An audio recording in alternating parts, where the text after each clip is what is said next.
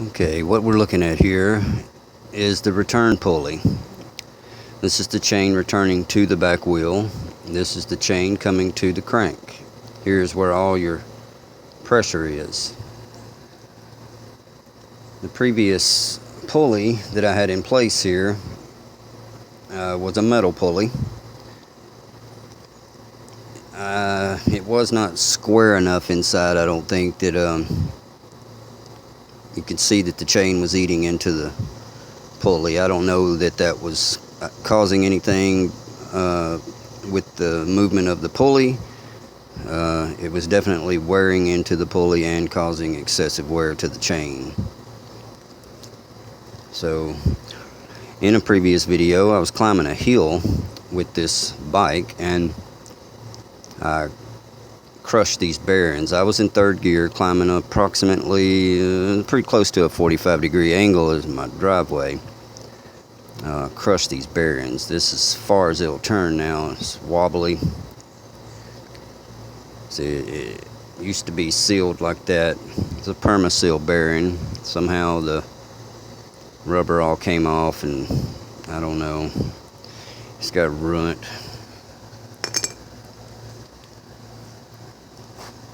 Now this is the replacement pulley. You can see that the inside of this is nice and square. Fits real nice. Fits real nice on the chain. Almost, I mean, just barely any slack on each side, which I think is good. Now you'll notice that this side is flat and this side has a bulge. I'm going to be putting this side to the frame. I guess that, you know, that just gives you some space out. Anyway, I'm going to put this pulley on now. Now I have about a 1/16 of an inch, maybe not even that much, of slack in this hole here when I put it on the stud. There's a slight little bit of slack. And what I have here is a plastic grommet. I'm not going to be sticking it through from this side because I don't want the plastic to give, you know, to space that anymore. I just want that to go right against the metal there. I may put a thin washer on it. I'm going to stick this in on this side.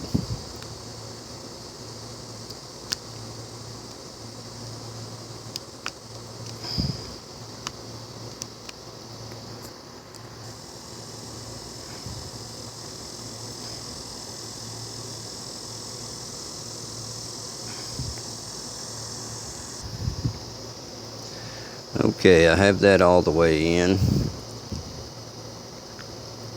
Now I'm going to put that onto this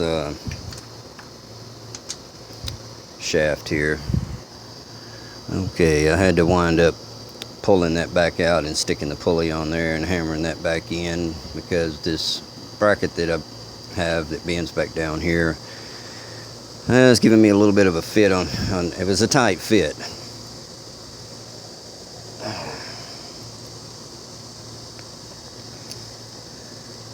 Okay, now before I put this bolt back in, I'm gonna bend this back down and put it back in place.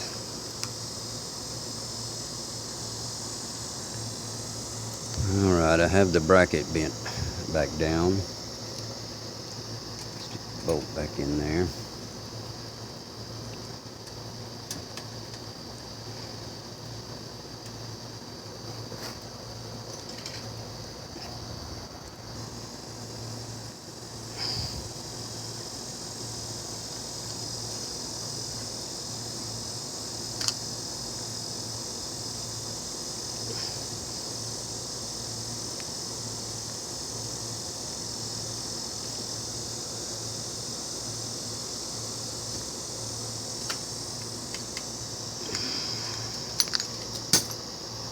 Okay, I'll just slip the chain back on like that.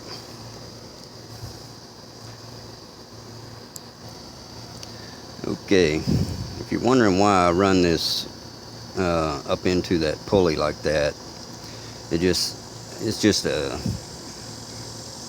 it adds a little help to keeping this chain from popping out of that pulley, and it doesn't hurt anything. Okay, I don't know if this matters right now or not, but I'm going to go ahead and mention it. This pulley is just a slight little bit bigger than the pulley that I had formerly used. The inside diameter of the pulley, where the chain actually rides,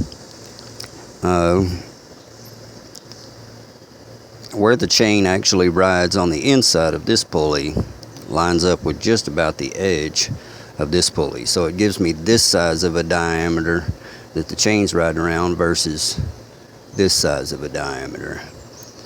Now I don't know if that's going to affect anything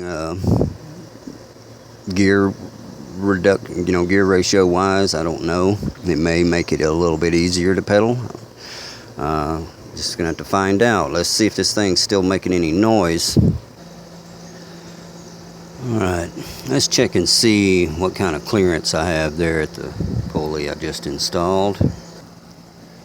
That pulley being the lowest point concerning ground clearance.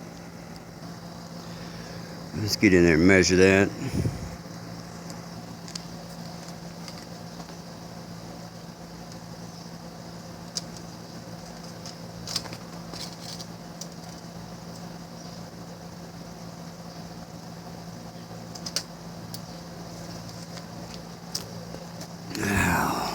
I have a solid 4.5 inches, so I lost a 1/2 inch.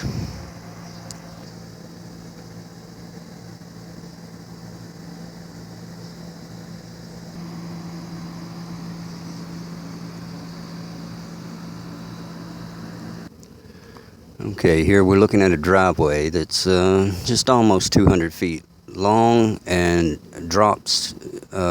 I don't know what the pitch would be. It looks to be close to a 45-degree angle. Let's go off to the side and get a refreshed look at it. Okay, this is my driveway off from the side.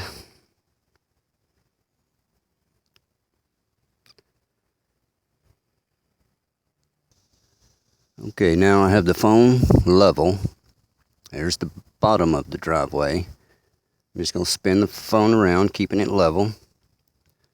You can see the driveway climbs real high. That's quite a steep hill.